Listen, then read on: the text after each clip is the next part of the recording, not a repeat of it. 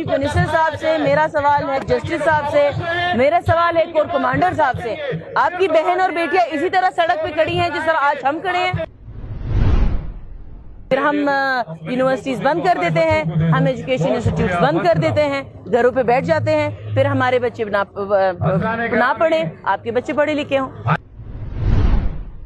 انہوں نے ہمیں صرف 25 کروڑ روپے خیرات کے طور پہ دیے کہ جا کر وہ یہ لوگ اپنی تنخواہیں لیں. دیکھیں ابھی آپ مجھے ایک بات بتائیں، جب ایک ملک یا ایک سماج میں یا ایک سوسائٹی میں جب آپ ایجوکیشن کو پرائیورٹی نہیں دیں گے، وہ سماج وہ یا سوسائٹی بڑھے گی کیسے؟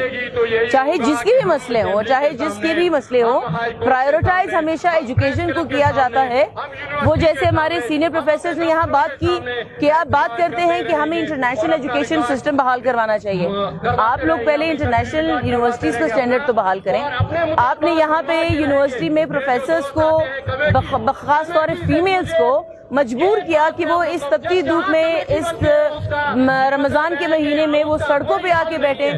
یہ اگر میرا سوال ہے چیف منسٹر صاحب سے، میرا سوال ہے چیف جسٹس صاحب سے، میرا سوال ہے کور کمانڈر صاحب سے، آپ کی بہن اور بیٹیاں اسی طرح سڑک پہ کھڑی ہیں جس طرح آج ہم کھڑے ہیں، یا صرف آپ کو اس سے فرق نہیں پڑتا کیونکہ وہ آپ کی بہن بیٹیاں نہیں ہیں؟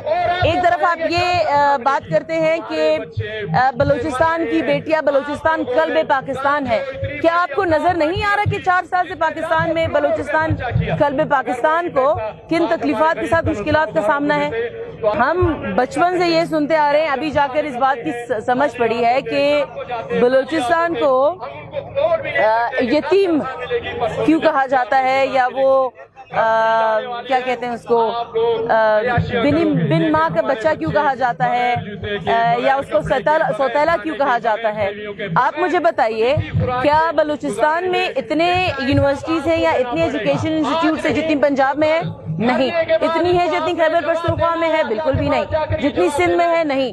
اگر ان کی تنخواہیں بر وقت ادا ہو سکتی ہیں، جہاں پہ ہمارے double triple number of professors پڑھاتے ہیں اور ان کو ان کی تنخواہیں ہم سے کہیں زیادہ بھی ہیں، لیکن مسئلہ یہ بنتا ہے، سوالیہ نشان یہ اٹھتا ہے کہ صرف بلوچستان اور بلوچستان یونیورسٹی کے پروفیسر، صرف بلوچستان کے ایجوکیشن سسٹم پر سوالیہ نشان کیوں اٹھتا ہے؟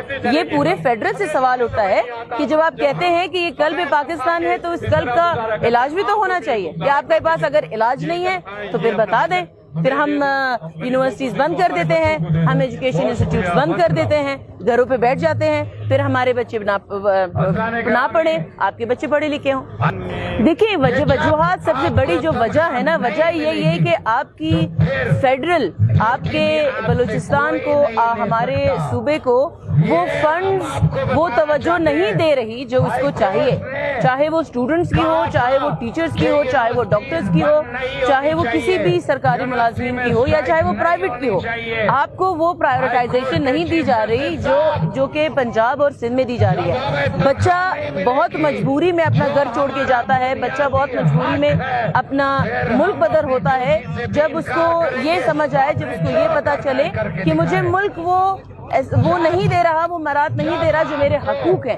تو ظاہر سی بات ہے بچے جائیں گے پنجاب، بچے جائیں گے سندھ. دیکھیں آپ نے بات کی اسمبلی کی، میں سلیکٹڈ لوگوں سے کیا مانگوں؟ آپ مجھے بتائیں. جو الیکٹڈ لوگ ہیں، جو الیکٹڈ نمائندے ہیں، ان کو آپ کو گھروں میں بٹھا دیا ہے. جو الیکٹڈ نمائندے ہیں ان کو آپ نے فارم 47 کے تحت غیر وہ قرار دے دیا ہے کہ وہ اسمبلی کے لیے فٹ نہیں ہے.